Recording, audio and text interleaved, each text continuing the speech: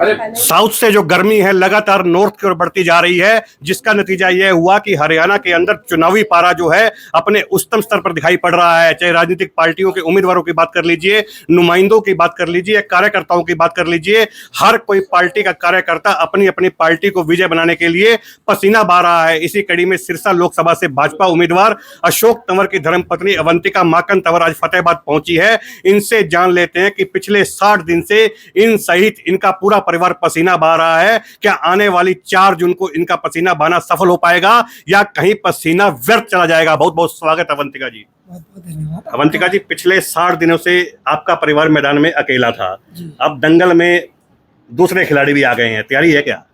पूरी तैयारी, और 60 दिनों से नहीं, हम 15 सालों से यहाँ पे तैयारी कर रहे हैं। हम कोई 25 दिन पहले 25 दिनों के लिए नहीं आए हैं।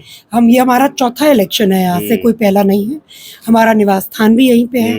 तीज हो, त्योहार हो, दुख हो, सुख हो, हम सिरसा के बीच में ही रहे। हमें भी मौका मिला था 2014 में कि हम अम्बाला जाएं, पर हम सिरसा में ही रहे, क्योंकि आज जो कुछ भी डॉक्टर अशोक तंवर जी हैं वो सिरसा वालों के आशीर्वाद से है।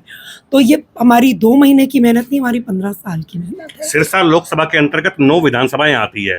पिछले 60 दिनों में है, कई बार आप नाप चुके हैं, फल मिलने जा रहा है क्या?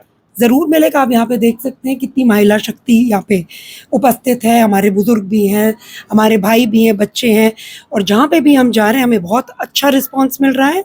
और मैं बड़ी शुक्रगुजार हूँ यहाँ के लोगों के लिए कि उन्होंने इतना प्यार और आशीर्वाद हमें दिया। किन किन मुद्दों के साथ है जो चुनाव मैदान में आप उतरे हैं? देखिए, एक तो हमारे आदरणीय प्रधानमंत्री जी ने हमारे देश के लिए बहुत किया, और आज उनका नाम पूरे देश विदेश में। और जहाँ तक विपक्ष पार्टी की बात है, अभी तक तो यही नहीं तय है कि उनका प्रधानमंत्री चेहरा कौन है। अंतर विद इन द कोएलिशन एक बहुत ज़्यादा उठक बैठ उनका बड़ी प्रॉब्लम है। जब इलेक्शन स्टार्ट हुआ, आपने देखा होगा कि दिल्ली प्रदेश कांग्रेस कमेटी के अध्यक्ष लवली जी ने रिजाइन किया, उनके साथ कई लोगों ने किया। तो यही आप समझ सकते हैं कि कितनी प्रॉब्लम है विद इन द अलायंस। और वो इसलिए उन्होंने, उनका अलायंस छोड़ने का सबसे बड़ा मुद्दा था आम आदमी पार्टी ही। आप दिल्ली में आम आदमी पार्टी के साथ अलायंस में, हरियाणा में है, बट बॉर्डरिंग पंजाब नहीं है। तो यहाँ पे आप मिलजुल के वोट मांग रहे हैं, वहां पे आप अलग मांग रहे हैं, तो कहीं ना कहीं आपके डबल स्टैंडर्ड्स तो वहीं दिख रहे हैं। तो मुद्दे तो बहुत सारे हैं। प्रधानमंत्री मोदी नहीं तो कौन, आप बताइए, आप किसको देखते हैं और क्या विकल्प है? और दूसरी बात, अशोक जी यहाँ पे जाने माने चेहरे हैं, बीच में रहे हैं, लोगों के दुख सुख में आते रहे हैं। मैं भी हमेशा यहीं रहती हूँ, चाहे कोविड आया, चाहे कुछ भी रहा, हम यहीं पे ही रहे हैं। तो मुद्दे तो बहुत सारे हैं। विपक्षी पार्टियों को कहना है कि नारे 400 पार के और हरियाणा में से 10 में से 6 उम्मीदवार उधार के। मेरी बात सुनिए, आप जहाँ तक उनकी उधार के या नहीं उधार के, उनको तो अपने कैंडिडेट्स अनाउंस करने में कितने दिन लग गए। कैंडिडेट अनाउंस कब हुए हैं? इतना बीच में इन लोगों के कॉन्फ्लिक्ट रहा। कुछ दिन पहले हमें ये देखने को मिला कि हुडा गुट और शैलजा गुट के बीच में कुर्सियां चली हैं, नॉमिनेशन उनका बड़ा बेकार चला।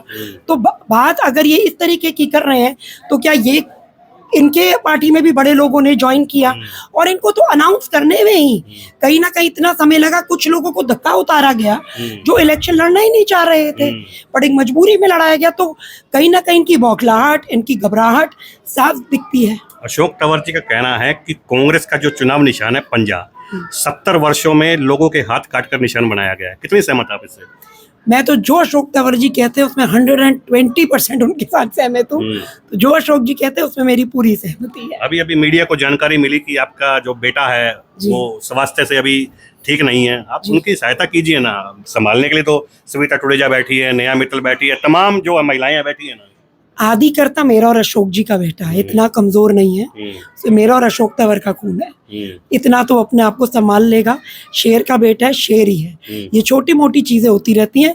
आदिकर्ता को संभालने की मेरे और अशोक जी की जरूरत नहीं है। वो अपने आप में बड़ा मजबूत बच्चा है। और आप तो उसका इंटरव्यू भी ले चुके, मैंने आपका इंटरव्यू देखा भी था।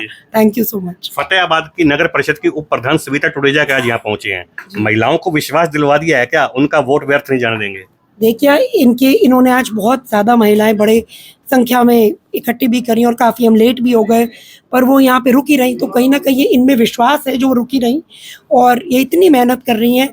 मुझे पूरा विश्वास है, उम्मीद नहीं है, पूरा विश्वास है कि यहाँ से हम अच्छे वोटों से निकल गए। सिरसा लोकसभा से भाजपा उम्मीदवार अशोक तंवर की धर्मपत्नी अवंतिका माकन तंवर को आप सुन रहे थे, जिन्होंने आज जोश भरे शब्दों में हरियाणा की गूंज से बातचीत करते हुए कहा है कि देश के माननीय प्रधानमंत्री नरेंद्र मोदी के आशीर्वाद से इस बार भाजपा पार्टी के उम्मीदवार अशोक तंवर फतेहाबादी नहीं बल्कि सिरसा लोकसभा के अंतर्गत आने वाली 9 की 9 विधानसभाओं से भारी मतों से विजयी होकर है संसद में पहुंचेंगे। आज सविता टुडेजा के निवास स्थान पर महिलाओं को संबोधित करते हुए अवंतिका माकन तंवर ने कहा कि आप अशोक तंवर को वोट तो देकर देखिएगा, आपका वोट व्यर्थ नहीं जाएगा। वहीं जो सविता टुडेजा ने भी गारंटी देते हुए कहा है कि यदि आपके वोट देने के बाद भी आपका काम नहीं होगा तो आप आकर सविता टुडेजा का घर का दरवाजा कभी भी खुलवा सकते हैं, क्योंकि उनके दरवाजे जनता के लिए 24 घंटे खुले रहते हैं। ये तो आने वाली 4 जून को है जो मालूम चल जाएगा कि अवंतिका माकन तंवर और सविता टुडेजा के दावों में आकर फतेहाबाद वार्ड नंबर 21 की महिलाएं इन पर कितना विश्वास जताती है। कैमरामैन जयपाल के साथ तरुण गोयल, फतेहाबाद, हरियाणा की गूंज।